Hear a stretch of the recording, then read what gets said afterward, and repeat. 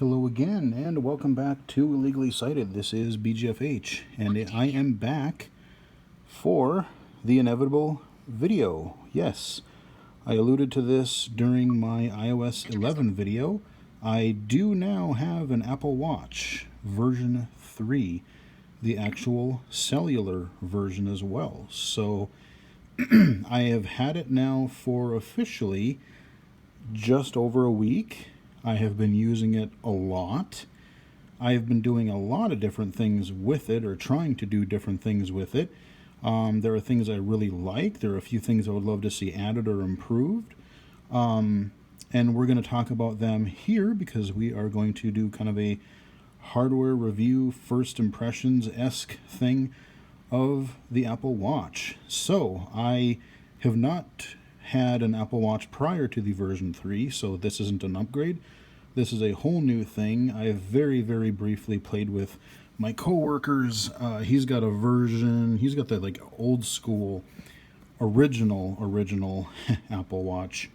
So I saw a little bit of it there, but really not much to really say because I didn't play with it all that much. So I have the 42 millimeter. It comes in a 32 or a 38 and a 42 millimeter variety. So if you have a small wrist, you probably want the smaller screen. I want a little bit better battery, and I have a ginormous wrist, so that works fine. Now you notice the little red dot there on the crown, the little spinny crown button thing here on the right hand side.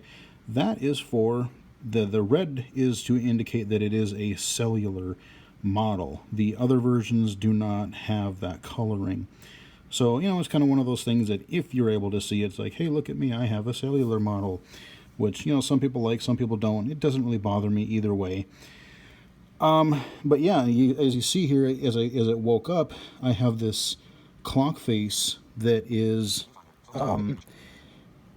ginormous time, like it just shows the time in very large letters, and it works really well inside, outside.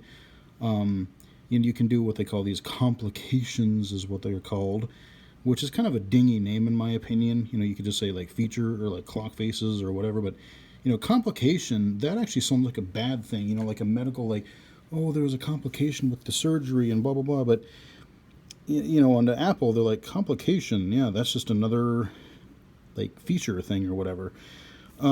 So this is just your watch itself. It's got a little OLED screen on it. It's a really sharp screen, actually. Most of the text, however, though, like without voiceover, I wouldn't have a prayer of reading it, even with, if I use, there is a zoom feature on it, but I haven't even bothered to try, just because my thought is, the screen is so small as it is. You magnify text, you're hardly going to get any print on there at all. But on the right-hand side, you see we got the crown, and then we have another button. It's kind of like, and they do different things. I'll kind of show you as we get into the interface here. Now, on the bottom, you have all these. See, this magnetic band is a little tricky sometimes. So you got all these sensors here. Let me see if I can uncover that a little bit for you, so you can kind of see them there. So these, when they're on your wrist, it's kind of cool because you unlock it with your passcode, and as long as it is touching your wrist, you can just keep unlocking it and doing whatever all you want. But once it's off your wrist, it makes you enter that passcode as kind of a security thing. But you also have like, a heart sensor. I forget even what all kinds of sensors are in there, but you have your typical like accelerometer. You have, you can do altitude now with this new version of the watch. But you can get your heart rate, all kinds of different things. So I know that Apple's looking into doing things like tracking insulin with diabetes and things like that. So that's pretty sweet. Haven't done that yet, but they're working on it. And of course you have the cellular. So the other side, there's really nothing. The only other thing I'll say about the hardware itself is that on either side, on the top and the bottom, might be really hard to see, but there's a button. Okay, yeah, you can kind of see it there. There's a button on the top and the bottom there. You can push those in, and then what happens is there's these little pins. I don't know if you can see for like the band. Mine came with the little sport band, which is kind of just like your typical watch band, but it's a little thicker, a little wider. It's actually not bad. It's actually, fairly comfortable. But it was, a little bit tighter on my wrist, and I wanted something a little bit either flexible. And my coworker, he had for his original this cheaper version of what they call the Milanese Loop. It's like this magnetic band thing. And so here's the thing I'll say about the watch bands. Don't buy the Apple watch bands. The sport bands, maybe, but even those I think are expensive. Just go to like Amazon, buy them there.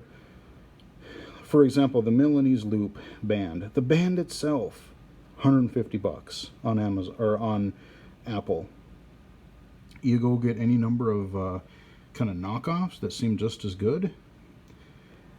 Anywhere between $8 and $20. You tell me. Yeah, I'll spend $8. I spent like $9 on mine with Prime shipping. So, you tell me. $8 or $150. Like the watch itself. I suppose I should go into that too. The 38 millimeter and the 42 millimeter. So they start at different prices. But if you don't want the cellular for the Series 3, they start at $329 for the 38, and then a little bit more for the 42. Likewise, the cellular starts for the 38 at $399, and then for the 42 it was like an extra, was it like $20 or something like that? So, like I said, I had to spend a little bit more. So if you're going to spend damn near like over $400 on the watch plus Apple Care, and then $150 on a watch band, I don't think so. So that is I just want to give you guys a cautionary thing on that. Definitely go for the off-brand. They work fine, but basically you hit those little buttons on the bottom, and these little pins, they just slide out either to the left or right. Just, you don't have to push hard on them. They should just come out. And then you slide the other ones in, and it just kind of eventually clicks, and you got a new watch band. So I like the way that Apple did their band release kind of a thing. So you don't need any tools or anything like that to get at them. So there you go. So now I'm going to try to show you some of the interface here. Now, because it's not on my wrist, I can't do this hands-free. So, I have to hold it with one hand and manipulate my phone, the watch with one hand, and hold my phone with the other, so I can't really do it on my wrist. So I'm going to have to try to do the passcode thing here. So what I'm going to do, I'm going to turn this on, and I am going to do the passcode, but I'm going to turn voiceover off so you can't hear it. Voiceover off.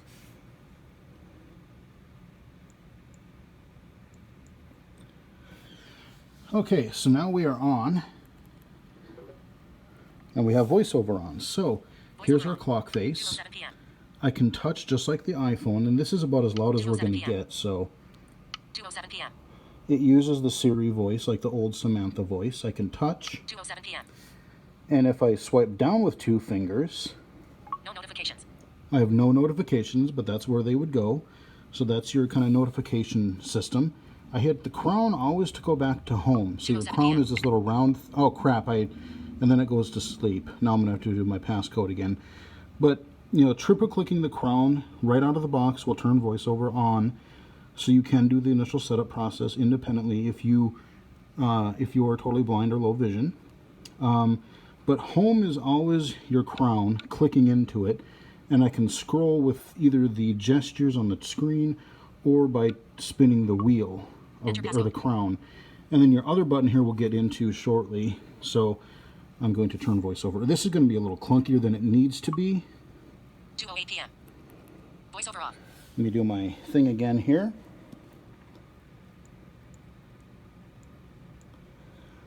Security, can't have you knowing my stuff. So I got voiceover on. So if I don't tip it, so now I can swipe with two fingers to the left, and then you get to see different clock faces or watch faces. So, some are more functional than others. You've got like a Siri face. There's like some stuff for like Mickey and Minnie and Toy Story, but then you have Page 11 of You 14. know, if you like your 2:08 p.m. and 38 traditional seconds. rounded clock faces with the hands on them, I don't care for those. I'm a digital guy. 2:08 p.m. and 48 seconds. Solar. So you Page see 10 of another 14. one, a little Sun position. solar one. 3 hours, 51 minutes And until you can sunset. add 2:08 p.m.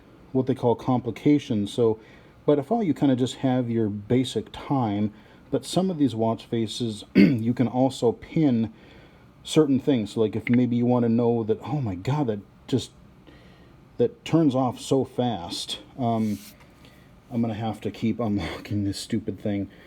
But what it allows you to do then is, like, you know, if I want to quickly look down and maybe see my fitness tracked, or my you know, the time, the date.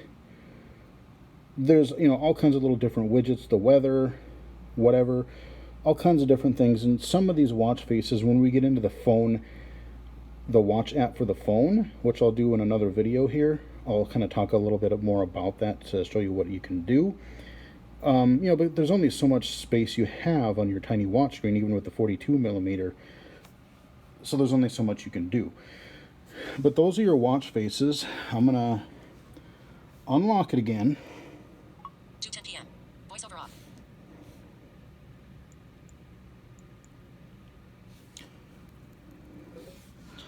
Okay, voiceover's back on. Let's. Voiceover on. 2:10 p.m. Numerals. Page 2:10 p.m. and 13 seconds. Motion. Page 12 of 14. X large. Page Okay, 13 of X 14. large. 2:10 p.m. So if I hit my home button, Activity. it brings up a menu of all the apps on my phone. Alarms. And I can swipe. Activity. So we have activity, Alarms. alarms, Apple Store. Apple Store, Breathe. breathe, which Calendar. weird, but I'll talk to that. Calendar, Camera. camera, Dark sky. and that just basically gives you your camera roll, I think. Camera. I Dark have my sky. dark sky app on here, so that's really handy. I can get notifications, Find friends. find friends, Heart rate. heart rate, Home. home. Lift. So home is, of course, you know, like if you have appliances you want to control. Lift. Lift, Mail. mail, Maps.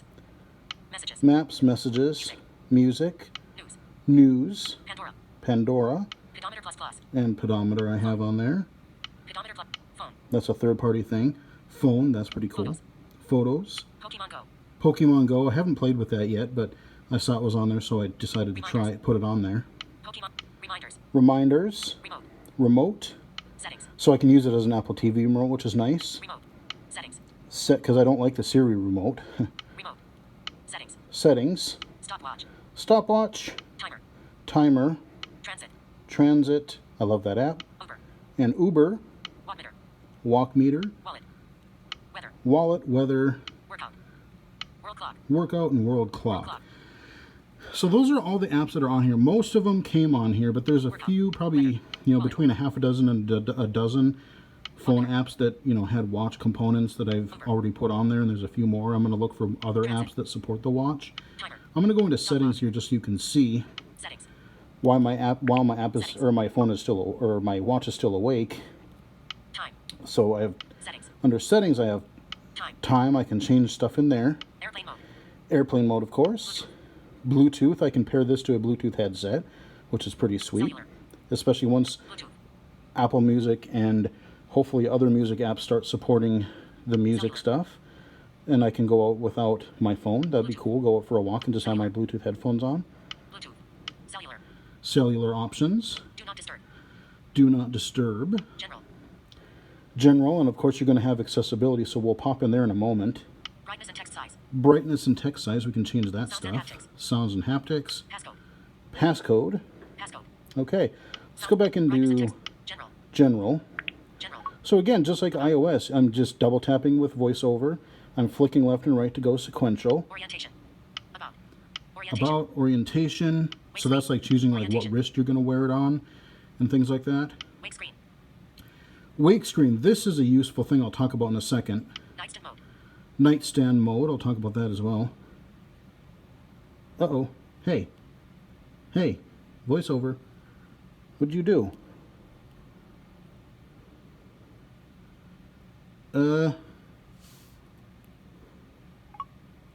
Why did you... Settings. Voiceover just went quiet on me for a reason. Stopwatch. No. General. Hold on. About. General. About. General. About. Orientation. Wake screen. Nightstant mode. Location services. Yeah, I don't know what was up with that. Wake screen. But so Orientation. Wake screen. wake screen, one of the things that I disabled on there is when you're playing music on either like your iPad or your iPhone and you're using the same Apple ID on all these things, it's cool because you get like on your watch, you get like a little playback, you know, play pause button, next, previous, and a volume thing. And that's sometimes handy because you can just adjust things right on your wrist, or like your Apple TV, you can do it that way too. But the thing is, there are times when I'm out walking where that became a problem, because if I wear like a coat, sometimes the coat triggers the touchscreen, and if on wake, you know, I'm listening to music, so the wake screen automatically, instead of going to my time, it wakes my watch into the point where it's on this now playing thing, and then it keeps touching. Sometimes it triggers the playback controls, and so I don't want that, so I disable the, I mean, I can still go to it under my recent apps, but it won't trigger it when I just raise my wrist, or the screen gets in contact with like my hand or my coat or whatever. Location services. So Accessibility. in nightstand, you basically, when you're charging it, if you have like a little nightstand or like a little stand for the watch while it's charging, you can, you know, leave it on and use it as like a little kind of alarm clock looking thing, so you can kind of see, look over and see the time. Siri. Workout. Siri. Accessibility. Location services. So we have, let's go accessibility. Accessibility. Vision. Heading. Accessibility. Under vision, Vision. we Heading. have Voiceover. voiceover, Zoom. Off. zoom, Reduce motion. Off. reduce motion. I don't have that disabled, although I could. On/off labels. Switch button. Same thing Off. there, on/off labels. Switch button. On/off. And that's all that's currently in there. Now, you may be able to, with the phone, put other disability type things in there too, for maybe like hearing aids and stuff like that. I haven't played with that a whole lot, but as far as vision goes, that's what we've got. On/off labels. Reduce. But if I go into, Voiceover. On. let's go into voiceover. Voice. All I can really do is turn it on and off. The one thing I wish Voiceover speaks items on the screen. Bullet swipe left or right to select an item. Bullet double tap to activate the selected item. is that you can't control anything with it. So like I can't, Voiceover speaks as items on the far as I screen. know, Bullet you swipe left or right to can't select an item. adjust Bullet the double tap to activate the selected speech item. or anything on the phone. You actually, or on the watch, you actually have to do it through the watch app on your phone, which I'll talk about again in the other video. I can take 2 fingers and do the kind of scrub gesture, and that'll take me back to my previous screen. Zoom. Off. So again, if you're already familiar with iOS, this thing, you know, some things are 2 fingers instead of 3 because naturally you don't have a lot of screen real estate, but it's actually really easy to do, you know. It takes hardly any time to learn Zoom. Off. at all. So let's go back again. Accessibility. Siri. It's a little harder to do when it's not on the wrist. Accessibility. Let's use my home button. Reminders. Now also, let me show you here. This is not the default view for the app list. So we're back in the app list menu. Thankfully in watchOS 4, they've given us this sequential list view. But if I double tap and hold, I'm given 2 options because it says force touch. List view. I have list view Grid view. or grid view. Grid view. This is what we were always used to, and now it's just this weird scattering. I call it a honeycomb because it kind of looks like you've got all these weird, irregular little icons that are super tiny. Not a fan of that, so I'm super glad. Actions available. I'm going to long press and hold. Grid view. List view. List view, boom. And not only that now, is it not just kind of random order, and you can rearrange those if you really care to on the honeycomb view, the grid view, but I prefer this because not only does that, but it also alphabetizes them.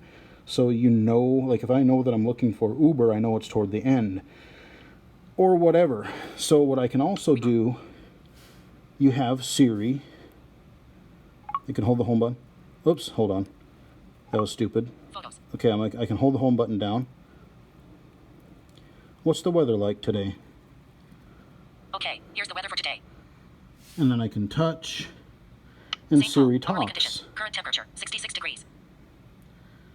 12 o'clock, mostly cloudy. 11 o'clock, mostly cloudy. 10 o'clock, Okay, mostly so cloudy. it gives me more stuff, and I can scroll down. So there you go. Pokemon Go. Let's go to the home screen here. We'll go to our watch. Watch face.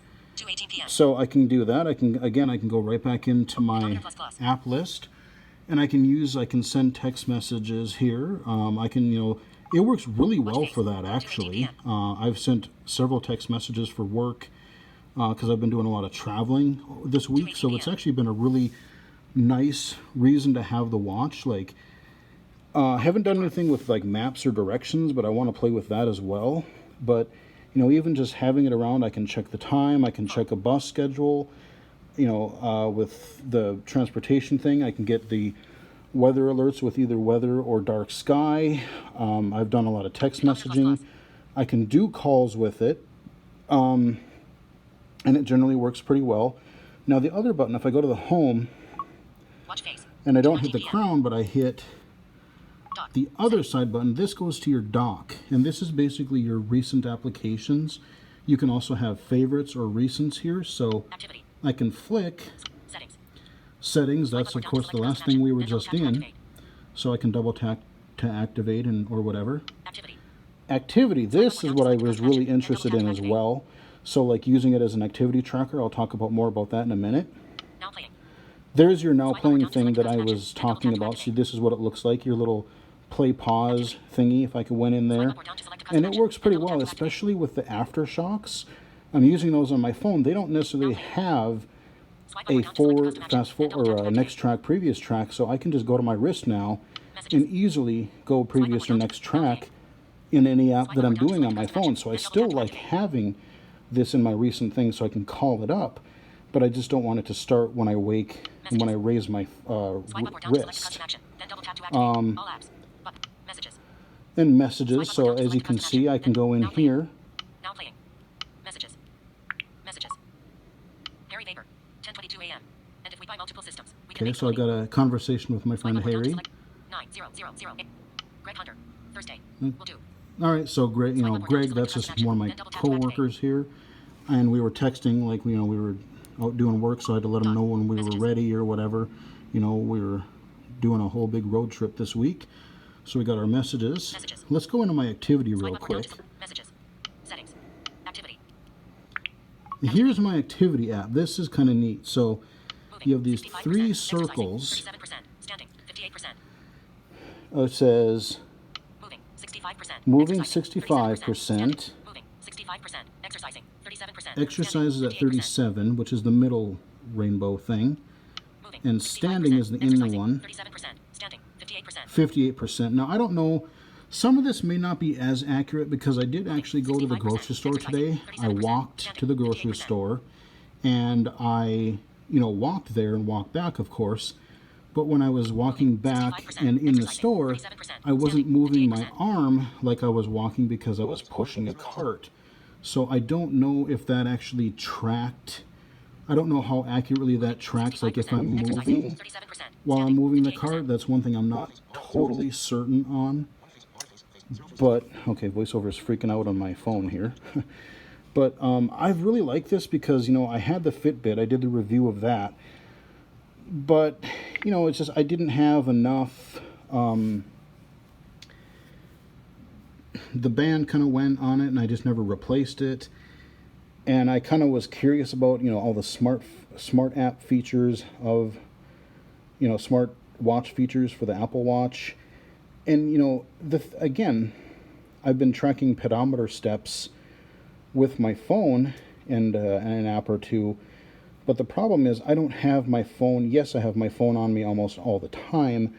However, I'll leave it on a desk when I'm going to do something. Or if I just, get up to go to the bathroom or I get up to go whatever, or get a drink of water. Like, my watch is always on my wrist. So when I move, whenever I'm doing anything, it tracks, and I don't have to worry about, I got to have my phone in my pocket or whatever. So it's going to track everything. So this will just be a more accurate representation of what I do throughout the day or don't do on my lazier days. Those are like I said, I haven't done much with I haven't really done anything with maps. I still want to look at other third-party apps, but like I said, I've used it as a speakerphone, both over LTE and when tethered to your iPhone. So I'm going to unlock this thing one more time because there's another piece I want to show you. 220. Voiceover off. Okay. Then I'm going to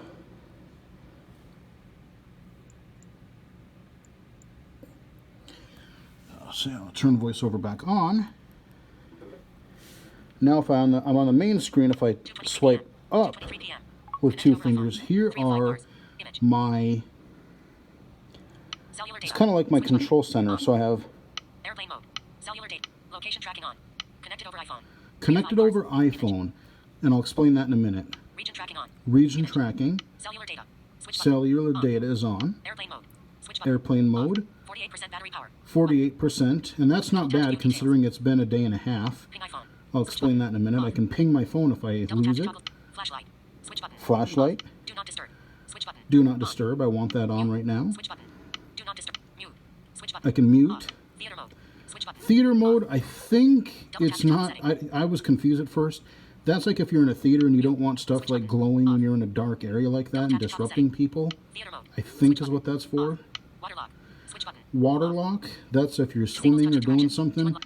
You don't want it to trigger stuff. I haven't played with that because I really don't swim. I have not worn it in the shower, although, you know, like I've heard you can, but I'm usually charging it around then, so it doesn't matter. Airplay. Switch button. Off. And then I have AirPlay, of course, Airplay. Switch button. and that's it. So that's kind of my control center, and then I can just hit home, and we're back to my time. And I'll just let it shut itself off here. So I'll explain, cellular connected to iPhone, just like the other versions, the earlier versions of the watch. And I didn't even know this, otherwise I might have been more interested in the watch prior to this one. But what you can do, even with the non-cellular version, if you're nearby your iPhone, it connects via Bluetooth, and so you can still get your notifications that way. You can actually make calls that way, so it's actually using your phone, but it's Bluetoothing the audio, I guess, to your watch.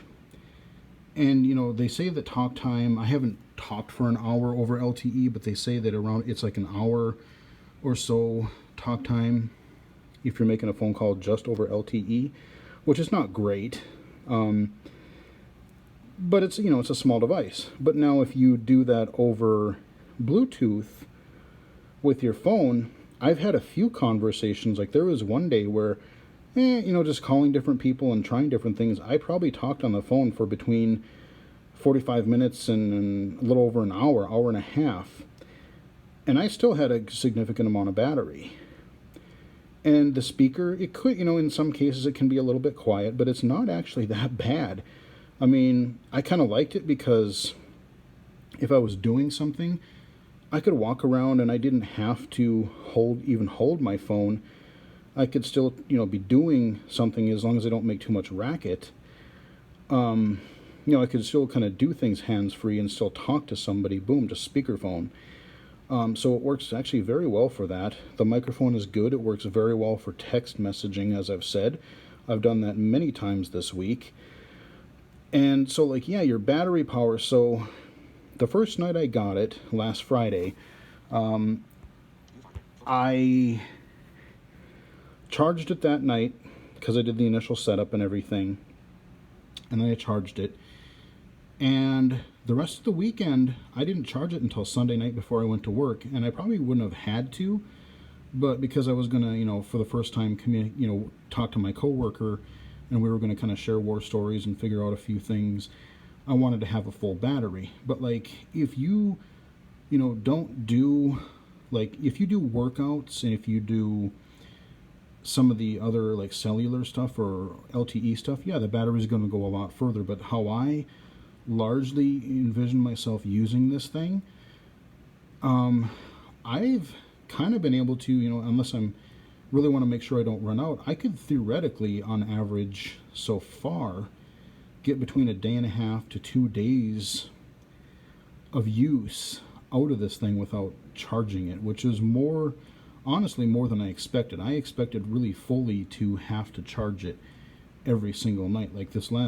Last night, I charged it in the hotel room Thursday night, and then I wore it to work, all throughout Friday. Used it a little bit last evening. Wore it to bed.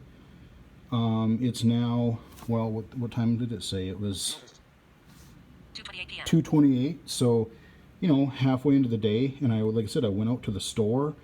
So it was tracking my steps, it was tracking my exercise, my activity, all that kind of stuff. And it's still at, what did it say, like 40 some percent?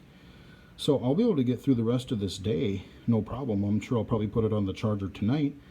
But the battery life, hasn't been, I was afraid of the LTE being, that this thing is just going to suck juice down. But I've been, it's like I said, especially if I'm not going to use this as a primary phone. Like, if I'm going to really talk to somebody for any length of time, I'm going to use my phone. But as a backup, or like I just need to, acknowledge, somebody comes and I need to let them into my apartment complex, or, I know that this is going to be a quick call for whatever reason. I can make a couple-minute call on my wrist, or if I really need hands-free, or I'm out and I don't have my phone with me because I'm just going for a little walk around the neighborhood to get some exercise, I can do those types of things. I forgot to mention also with the pricing, if you get the LTE version, not only is it a minimum of $400, but all the US carriers are about $10 a month to add on to your data plan. Now, while we're talking about cellular and LTE and all that jazz, here's the other thing that I found. If you have your phone on, but you're away from it, the way I understand is that it can still trigger your watch under your original phone number. If your phone is off, see, the way it works, at least on Verizon, is you have to get like a separate line. So my watch technically has another number, but when it's Bluetooth to my phone, obviously I can get the phone, I can get my thing through my phone with the same number, no problem. If I'm away from my phone, I'm supposed to be able to get it through the same number via some sort of weird behind the scenes call forwarding type of thing. But I don't really know if that's worked because I've always kind of had my phone nearby. I did put my phone in airplane mode so that it couldn't do any Bluetooth or anything like that. And I could make calls out with LTE, but I'm not sure, incoming. I haven't tried that to see what phone number, like if it will still actually ring my regular phone number. And there has been, like with some carriers more than others, I've heard, especially the GSM side, AT&T and T-Mobile, have had, and I think some of that's ironed out now, but when this thing first came out, I know my coworker, he had gotten a Series 3 with Cellular as well, and he was actually having some issues. He couldn't get his device activated for LTE for like the first weekend or so. I think he finally got it the following Monday afternoon, so after a lot of troubleshooting. So there's been some issues with that, and I think there's some issues also with, like, if you are not near your normal hot wireless or something, like sometimes it'll try to grab a signal that it shouldn't, and it won't switch to LTE for some reason for some users. I haven't really experienced that myself, but that's not to say it isn't an issue, because I've heard a lot of people complaining about it. For my use cases, it's actually worked really well. Would I have needed to get the cellular one? I don't know.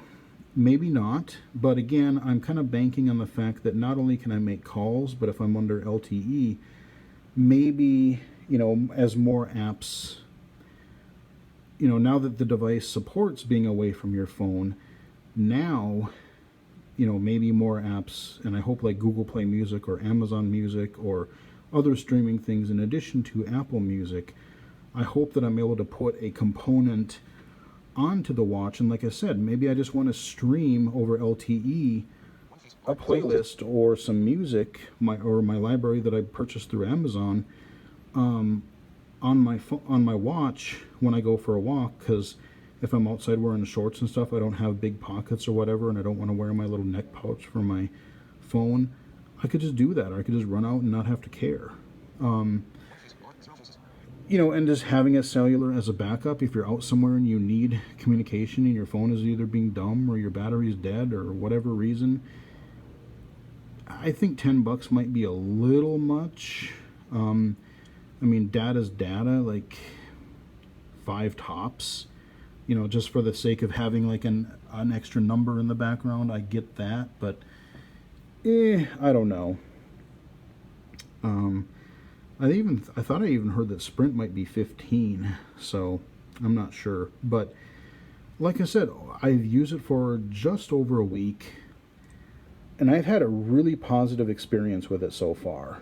I've really liked using it. I haven't worn a watch for quite some time, so it took me a little while to get used to having something on my wrist again. But it's been really nice. Like I can just again look down and look at my time again. The instant fitness tracking, like, oh, how much have I walked? I find myself, especially if I'm getting close to the end of filling up one of those rings, I'm like, oh, I want to, I got to make sure to meet my standing goal, or I want to, at least move around. I want to walk enough to get my movement goal. My intense exercise, I've done some of that, but I haven't really done too much of that. I've mainly been more walking and standing, that goal. They have other apps for like, the heart rate monitoring and breathing. They kind of encourage, there's a thing where it's like, breathe for a minute, and it'll be like where you have, it'll vibrate, kind of, and then it'll keep doing that for a few seconds. And during that, you're supposed to breathe in, and then when it doesn't vibrate, you breathe out. And it kind of guides you through this like meditative breathing thing. And I've heard there's also some like meditation apps that also work through the watch, so maybe I'll check one of those out just for the heck of it one time. But so there's stuff like that. I've tried it. I don't know how much I'm going to use the breathing thing. If I want to, I can just sit back. Okay, it's kind of a reminder thing. There's also a thing where if you've been sitting for like an hour or close to it, it'll tell you, hey, you should get up and stand and move around for a minute or two, just to, quit being a lump, move around a little bit. And some people are like, well, I don't need a reminder to stand. And, I kind of think that way myself to a large degree. But, you get busy at work, you're doing stuff, you're involved, you're in the zone. Sometimes it is nice to kind of have that reminder just so like, hey, get up and get a drink of water or just stretch for a minute. It actually feels better. So, you have things like that. Where I have a little bit of an issue, one of the things with the Milanese loop is, it's magnetic. So on the back here, you've got this little, let me see, I can pull, come here you. See, it's all magnetic, so it's going crazy. But there's this little flappy thing here. If I can flip it over. Come here. There. No. There we go. So there's that little thing. And you just basically, you put it on your wrist, and then you just pull it, pull it tight. And it just slides around, but it keeps it magnetically, adjusted. And I don't have to adjust it too often, but I do tug it tight every once in a while throughout the day, especially if I'm moving around a lot or jangling my arm around quite a bit. No, would you just get? It's triggering the device there. But you kind of have to be careful because it's magnetic. Like if I'm near my freezer or my fridge, or there's something that's really metallic. I've had it where or there's like these little metal rails on the outside of our cubes at work, and sometimes I'll just kind of, it'll get close to it and it'll just, and it'll try to, grab the band right, out of ways. And so you kind of have to be careful with that. The other thing that I alluded to when I was trying to go through the settings a little quicker was that when you're wearing like a long sleeve shirt or a jacket, I was wearing a windbreaker the last couple of days because it's cooled off a little bit. What I found is that you can have the watch triggered two different ways. Like when I lift my wrist up, so if I go, if I go to like an angle, see, I just turn it, and then it wakes up. You can have it do that, or you can tell it not to. But then no matter what, when you touch the screen, it will also wake up. And that's fine, except for, like I said, it's kind of sensitive, and your coat or your long sleeve shirt brushing against it can trigger that to wake, which again is why I disabled the now playing screen from being the first thing that can come up. It should always come up to my clock, because I was walking to work, getting off the bus, walking to work, and all of a sudden my Google Music that I was listening to on my phone was jumping around. I'm like, what the hell? Like, I was in the middle of the song, and then it started boop, boop, just it skipped songs a couple times, and I come to realize, oh, it was actually triggering either the play pause button or the skip forward button.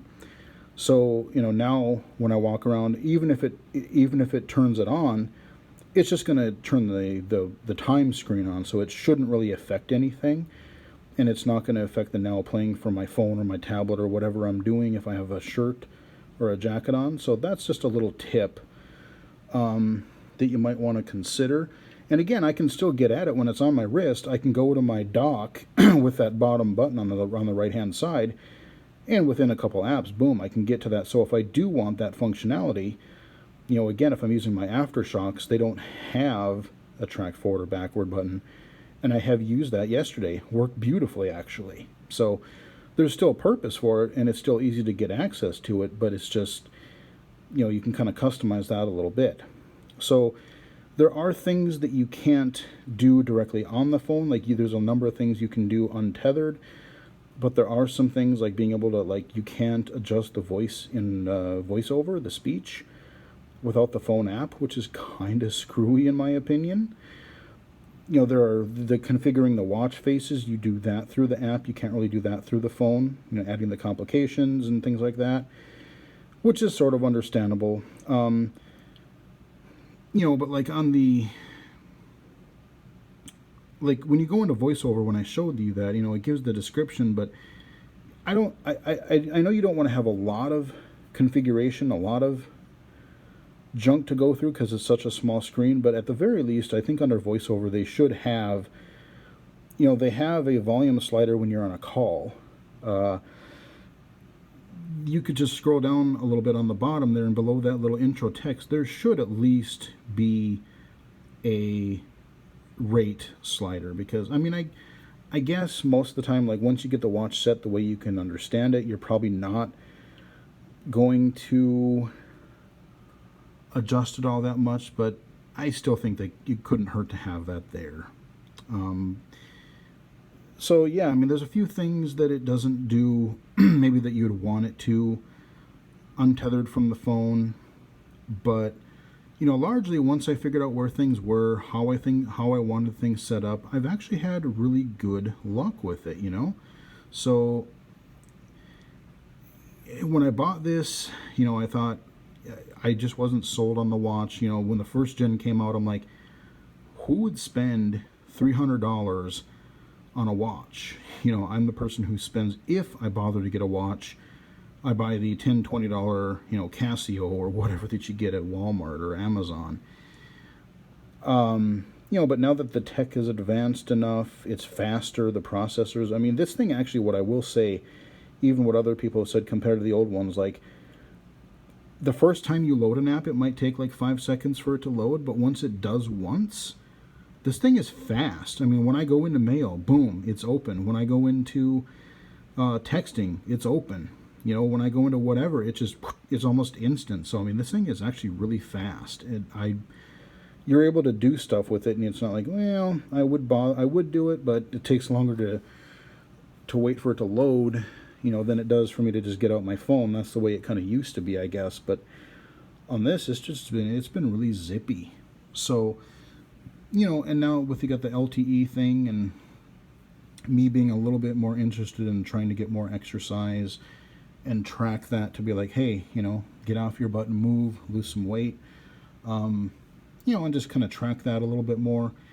All those things kind of combined You know, not only from the person who said, why would you spend $300 on a smartwatch? Well, okay, now I spent 400 plus about another $100 for Apple Care. So, you know, times change, I guess. But yeah, I mean, having used it for a week, I really have no buyer's remorse at all. I actually kind of like it quite a bit. Even when it's connected to my phone, just being able to have, let me take this quick call, or send a message, or check the time, or check my activity. Those are the main things that I've been really coming back to over and over on this thing. And just, you know, as they add more apps back in and, you know, untether things a little bit, maybe fix some of the cellular issues that people are having, I think it'll be really pretty cool. Apple definitely seems to be really ahead in the smartwatch game in general, and especially for accessibility, because I don't necessarily know of any other Android Wear watches that, I don't know if they have any accessibility built in. You know, but the fact that I took this thing out of its box, and it comes with a little wireless charger thing that just kind of sits over the sensors on the bottom. I took it out of the box, took the sensor out of the box, put the thing on my wrist. I didn't change my band right away, but I'm like, let's see if we can get this thing going. Took it out, put it on, held the home button for a second or two. It took a minute or two to boot up. Opened the watch app on my iPhone 7 Plus, and within about 10 minutes, I was up and running, including initial setup, a little bit of fitnessy thing set up, and even getting cellular. Like, it says, okay, you want to be Verizon, you want to do that, confirm a couple of things, enter in your Verizon password, checking, okay, you're good, you're activated. And then the only reason it probably took 10 minutes is because it actually synced data back and forth. So yeah, I mean, it was really easy. And even pairing the phone with my watch, I was able to do it. The first thing you can do is you can hold the watch close to your phone, right in front of your camera, and it sees it and it just goes, bing, okay, this is the watch you want. You know, that took 2 seconds. You're good to go. Boom, done. So I mean, yeah, the setup process, did it totally without being able to see the screen, read the tiny text. I had no problem whatsoever. Pretty intuitive, no problem there. The only thing that I kind of wish with the fitness thing is they do like a calorie track by default, and that's the way you track your fitness. So I don't know what I'm supposed to be burning for calories. You know, I know I can go online and look up, okay, if you're this height, you're this weight, whatever, you can track. But like, I wish I could switch it. Like, it tracks steps, but you can't use that as your primary measurement goal. So like for distance or for exercise or for movement, I would rather say, like, I want 5,000 steps or 10,000 steps or whatever it is, rather than X number of calories, because at least steps I kind of understand more. You know, I'm not a calorie counter, so I don't know, like, this is worth this many calories and I need to burn this many. If I'm walking, it burns this many. And like, I just don't know that kind of stuff. So I kind of wish that I had a way in the fitness app to say, no, let's set our goal to be step oriented instead of caloric intake or outtake, whatever. So I've babbled on long enough. That is the hardware review impressions of the Apple Watch 3rd generation with cellular. I've got the space gray 42mm one here. And I'm going to do one more follow-up video. I will show you the Apple Watch app for the watch and show you a little bit about how that works as well. So hope you guys enjoyed it. Hope you guys found it useful. If you guys are thinking about it, you know, there's something to be said for the cellular, but you know, you could just as easily, especially if you're going to mostly have your phone with you everywhere anyway, you know, you could get the non-cellular, just the what do they call it, the GPS only version of the watch, and you know, save yourself a little bit of money if you really don't need or want the LTE. But yeah, I'm finding it a bit more compelling than I initially thought I would. So hope you guys enjoyed it. Follow me on Twitter at BGFH79. Join the Illegally Cited Steam group if you haven't already. Check it out. And thanks again for all the subscribers and likes and everything like that. And keep them coming. Hope you guys enjoyed it. Follow me on Twitter. And I'll talk to you guys again later.